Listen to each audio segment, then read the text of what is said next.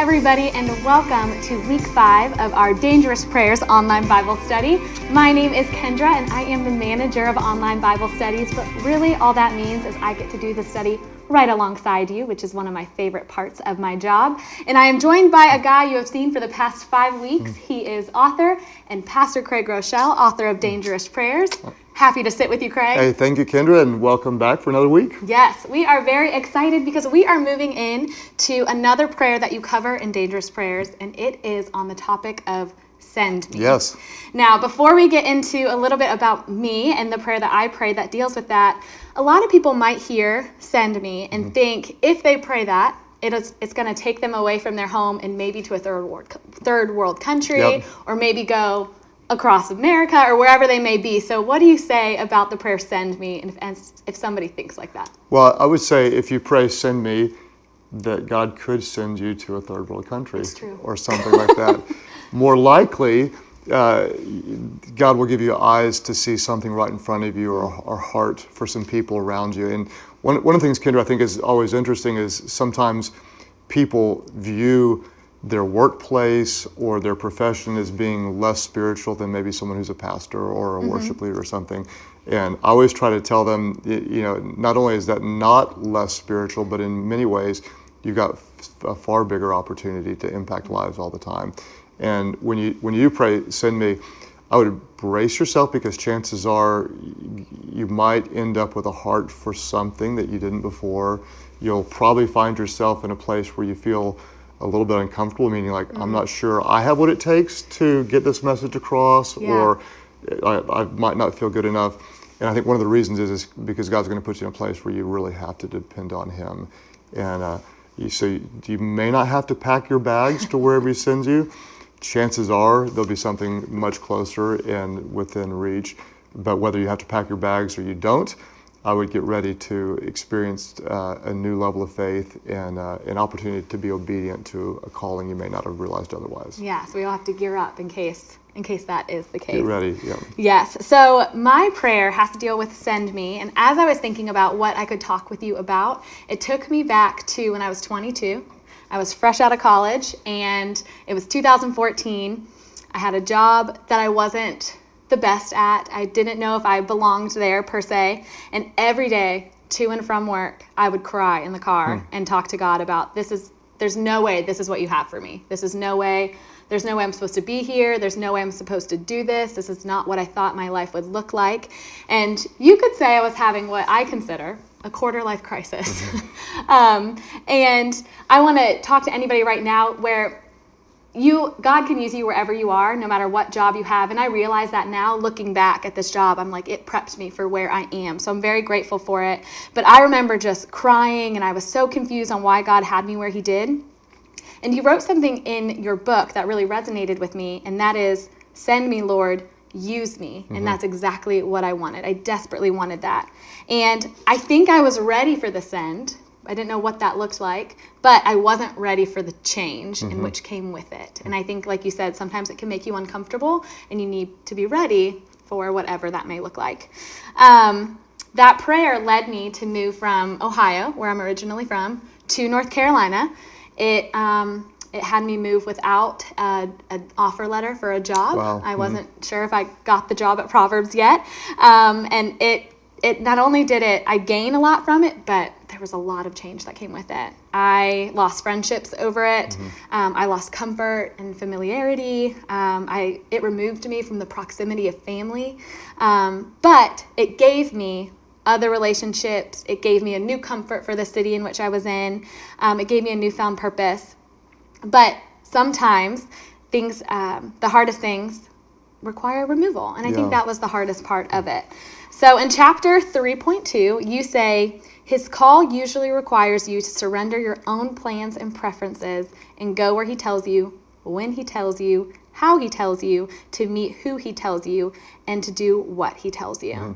And what I find so interesting about that quote that you put is you have to surrender your own plans. So you talked to Melissa about you can't necessarily go into it like this. Eventually, you have to be open palm. And that's exactly what I had to do. And so what do you say to somebody who needs to surrender their own plans, or what advice do you have for somebody on how to do that? Well, I think one of our biggest desires is to kind of go to God and have Him do what we want. Mm-hmm. Oh, easy. And so here's my prayer list with the 15 things I want you to do. Right. And I would say God does care about all the details of your life. But occasionally, rather than going to Him with your wish list, maybe you go to Him with a blank piece of paper and say, what would you like of me? And I think that's one of the dangerous things about prayer is so often we think it's me talking. Right. But if I stand here and we're supposed to have a conversation and I talk the whole time and I don't ever listen to you, that's not really a conversation. Yeah. And so I think we need to go before God with that posture of I want to listen as well as I want to speak. And so often we tend to think we know either what He wants, or we tend to attribute what we want to being His will. Yeah. And so often He has something totally and completely different, like in your case. And it does, to go to that new place and to have that new kind of impact, it does mean often letting go of everything that is comfortable to you, everything that makes you feel secure, everything that's known. And because to take that step of faith is what it is, and it is a step of faith. And without faith, it's impossible to please God. Right. And I think the thing that has shocked me the most as I reflected on that time preparing for this is not only did I give things up right away, right as I was driving down from Ohio to North Carolina, but 4 years later, there's still things that I'm having to give up in order to fully step into the position at Proverbs or other relationships that I have. Like I just had to have a friendship breakup, if you will, with one of my nearest and dearest friends of all time. And I never thought that friendship would end. I felt very secure in that friendship. But I saw that it was toxic and it was part of who I used to be. And I needed to break it off. But I think that's the hardest part of Send Me is you can step out in faith, but it doesn't mean that God's going to stop there. There's going to be other things and little steps of obedience to get you to where you need to go. Yes, absolutely. And sometimes the Send Me, you might not actually go anywhere. Like I wish Amy, my wife, could talk to you because she's got so much wisdom.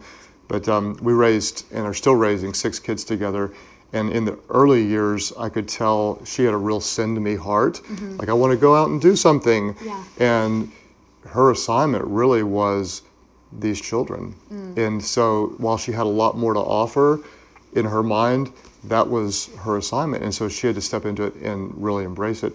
Once they were a little bit older, suddenly she had this massive burden for marginalized women. And it was almost a burden she didn't want. It was like, it was so heavy, so strong that she couldn't not deal with it. And so it took her on a real faith journey of doing things she'd never done before, starting a nonprofit, finding a team, opening up what started as one little home and has now grown to multiple homes and a full-blown staff. But it was like in the early years, I wanted to be sent, and I'm now, raising kids. Right. And the other years later on, it's like I wasn't asking for this, but now I'm being sent, and it led her on this just real journey. And I think the bottom line is that when you're obedient to where God's planting you and take that step of faith, you can, kind of like you ending a friendship's really difficult.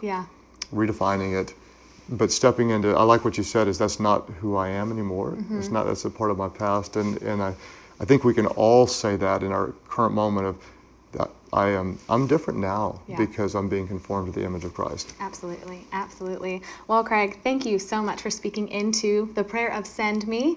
I know we have another week with all of you, and then next week you're going to be back with Lysa TerKeurst and Melissa. Thank you for saying yes, or you wouldn't be here interviewing, and you could be back somewhere else. You're right, we would have never had this opportunity to chat, so look at that, it worked out. And for you too, don't be afraid.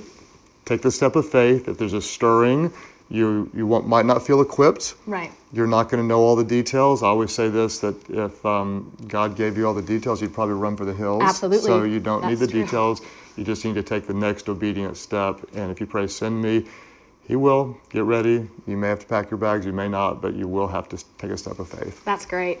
And you have been here to where we've ended each video with our tagline. So do you want to see if you can help? I'll start out, yes. All right. When you know the truth, and when you live the truth, it changes everything. That was great. Great job. All right, everybody, have a wonderful week. Hello, everyone. I'm Melissa Taylor from Proverbs 31 Ministries, and It seems like we just started yesterday, and here we are in our final week of dangerous prayers. I don't want it to end. I don't either. Well, good thing You know? your dangerous prayers don't have to They end. don't, don't. I always say, just because the book is closed, that's only the beginning. Right. That's truly the beginning of the journey. And Pastor Craig and Lisa, we started this journey with you, and so we wanted to end it with you today.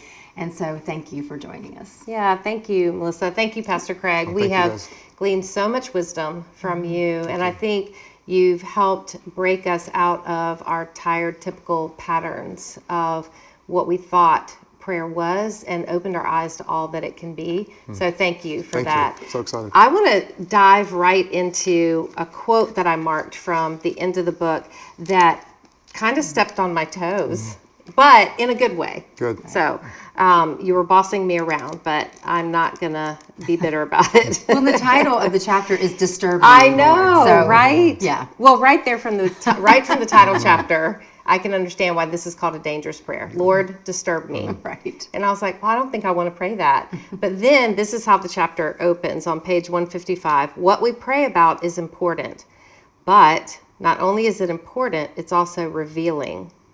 And I found myself pulling my toes back at that point going, ouch, that steps on my toes.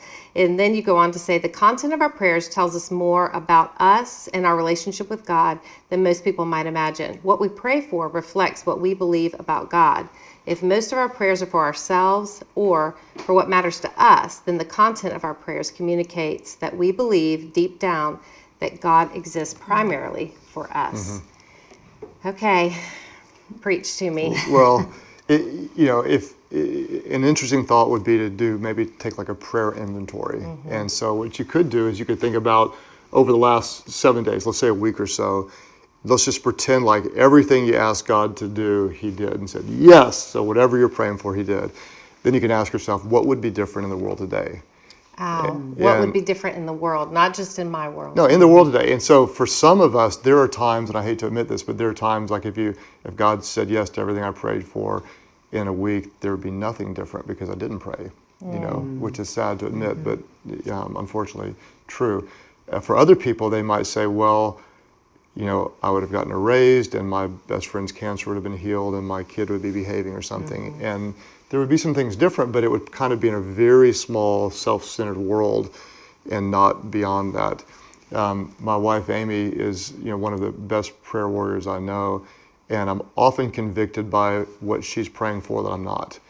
And she's praying for a lot bigger things than just in our little orbit. And I think that's a good exercise because the quote that I think really, hopefully would resonate with people is what we pray about reflects what we believe about God. And if it's all my prayer list, my own desires, then a lot of times we do believe God exists really to give me what I want. And that's a really distorted view and kind of an inverted view of what prayer would be like. Instead of just saying, you're here to serve my wishes, instead we want to do is we want to go to God with more of a truly communicative heart, that we're in a relationship and it's not just me telling you here's what I want, but it's many times saying, God, what do you want from me? What do you want to show me? What do you want to direct me to do?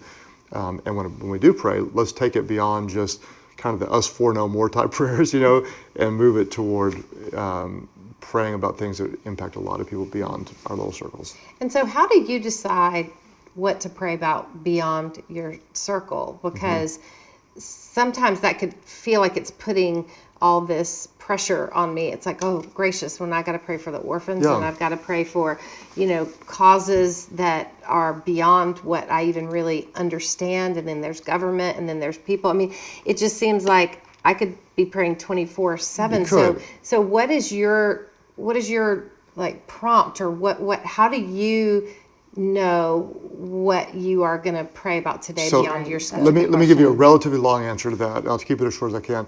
One thing I would do is I would just really recommend that you keep if you can, some type of prayer journal. So you're typing on your phone, and so you know who you're praying what you're praying for. And then what's going to happen is if you have that, you'll revisit it over time and realize, oh wow, that was answered in a way that I didn't expect. And so it keeps your prayers front and center. That's one thing I'd say.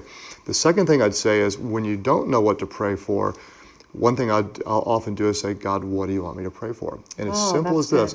what I'll do, this is really, really simple, is I'll say, I want to pray for some people today. Bring to my mind who to pray for. And I'll breathe in, and a name will come to my mind, and I'll just kind of breathe out and say the name. And it might be Lysa. And then I'll breathe in again, and I might say, okay, Art. And then what happens is that every breath in, there's never a time where a name doesn't come to mind. And I wouldn't be praying for you a 5-minute prayer, but I am taking you before God in prayer. And then if we bump into each other a week later, I might say, oh, by the way, God brought you to mind last week and I prayed for you. And it wasn't a big prayer, but it was a prayer. And so I really feel like that God's bringing people to my heart. Then on the kind of the world issues, what I would say is this, is I would say wherever you have kind of like a burden, because there's certain things about the world that upset you more in a good way than it would, and there are certain things that upset me more, and I kind of have a personal divine angst about something. I would just say, don't walk away from that, press into that pain. Wow. And consistently expose yourself to the things that disturb you. And I know some of you could relate to this. You go on a mission trip and you're like going, my life will never be the same after what I've seen. And then you come back and 7 days later, my fingernail broke and my shoes are stuffed up my kid, and you forget almost all about it. And so whatever it is that disturbs you, press into that. And that can become like a prayer passion for you. I hope you have something like that. I hope there's something beyond your little world that does wreck you in the best sort of way.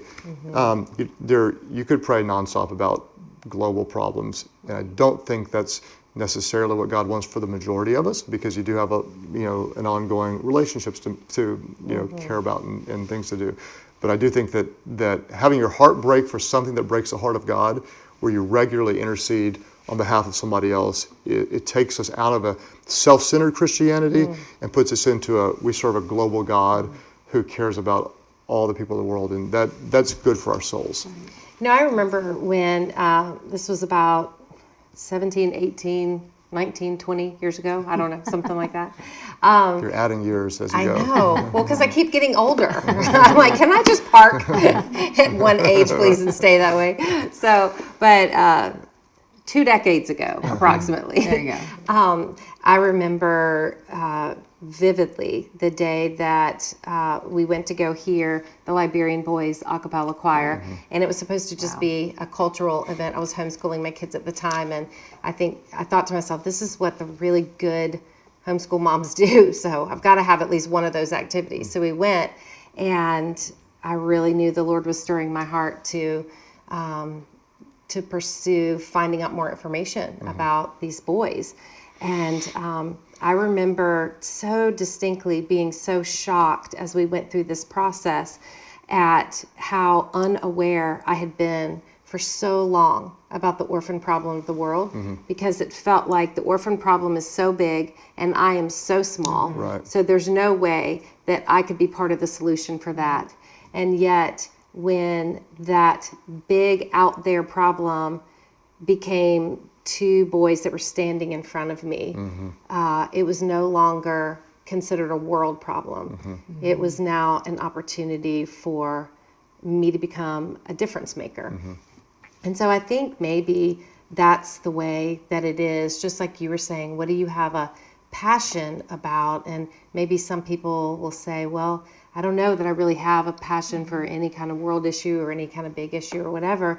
And I would just say, pay attention, because chances are God's going to bring things. He'll bring, usually it's people, he'll bring someone right in front of you, and that will be your invitation. I don't think God is sitting around saying, wow, I hope that Lysa, or I hope that Craig, or I hope that Melissa thinks of that world problem today. I think it's more like, I'm going to bring that world problem front and center in their life and give them an opportunity to say yes to me.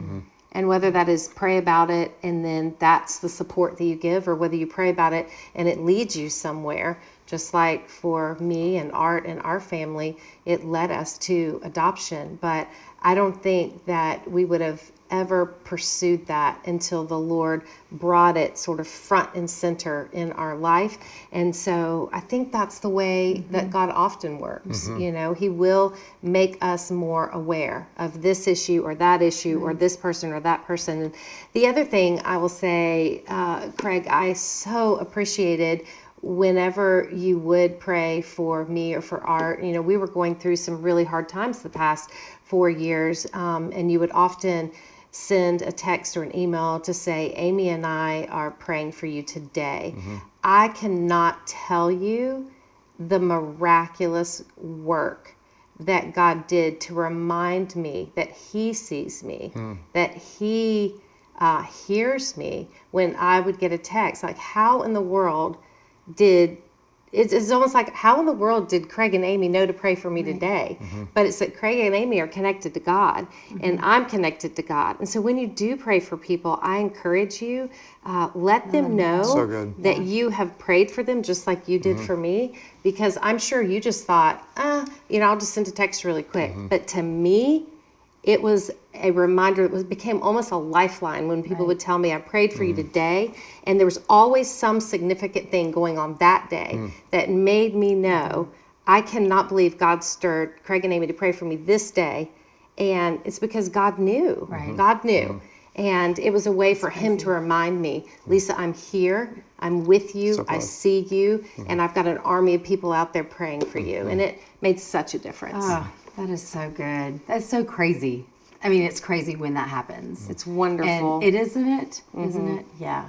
So not only do the prayers, but then let other people know. Tell people that you're praying for them. That's right. Because it brings such encouragement. It does. And I know that we've talked a lot about these prayers being dangerous, you know, and I think sometimes to a woman, we might say, I don't really want to be dangerous. Like, I don't want to pray play it something safe. dangerous. That's the opposite of what. So I just want to always bring to mind to people that it's dangerous because maybe it's outside of our comfort zone. Yeah. So what feels dangerous can actually be the most life-giving thing that you might ever encounter in your prayer life. So I want to challenge you to do two things. Number one, I don't want this book that we've now gone through to get put on a shelf somewhere and you forget about it. I think this book needs to go someplace where it's one that we revisit, maybe every couple of months, maybe every year, but it's short, it's easy to read, it's full, power-packed full of challenging sentences. And I'm a big believer, it's not whole books that change people's lives, it's sentences within a book. And so I encourage you, pull this back out, and if you don't read the whole book again if you want to, but go through and read everything you highlighted and underlined and be reminded of all that you've learned. And then also, I want to challenge you, think of 3 other people in your life today who you know could really find amazing encouragement in this book, or people that are curious about God and prayer. And I would say write them a little note, send them this book, and give them the gift of all that you've received in this online Bible study. And if your highlights are anything like mine, you're going to be reading the whole book again. So that's, my husband always says, let me check out the book. Do you highlight everything? It's like everything I really like. And that's pretty much the way it was. So thank you for writing this book. This has been an amazing journey to really press in and feel challenged about my prayer life. And I know that other people feel it was the same very way. personal for me. Yeah. Wonderful. Really good. All right. Thank you. Thank you so much, Pastor Craig. It has been it's been fun, it's been informative, and you have just inspired us, and this study has been wonderful. Well, I want to just say it again, that what you all do is so important, and you're impacting so many lives, and I really feel like what you have is special, because you're incredibly gifted, both as a leader, like, which I respect, and then as an author and someone who takes words, and words change lives. Yeah, they do. The truth changes life when you know the truth and when you live the truth. Listen to him. I think he actually tends to make a pretty big difference. I'll do it, but Okay, ready? I'll do it officially in a minute. But I'm highlighting right now that what you do matters so much, Thank you. and what you all do matters as being a part of a community. And I don't like to just experience truth by myself, but when you experience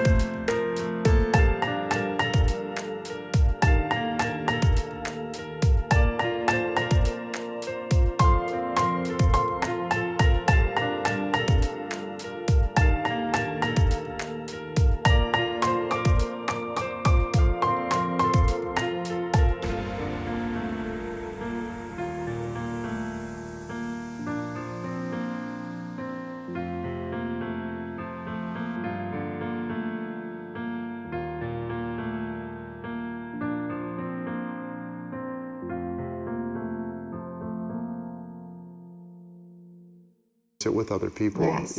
Even more so when you share it, there's something that brings power to it. So I can close it You unless got you want this. to say Yeah, something else. solo. You Go got for You want me it. to start? You want me to do it all? You can do it all. Okay. Yeah. Hey, listen. It's so powerful. You know the truth will set you free. Here the Son says free is free.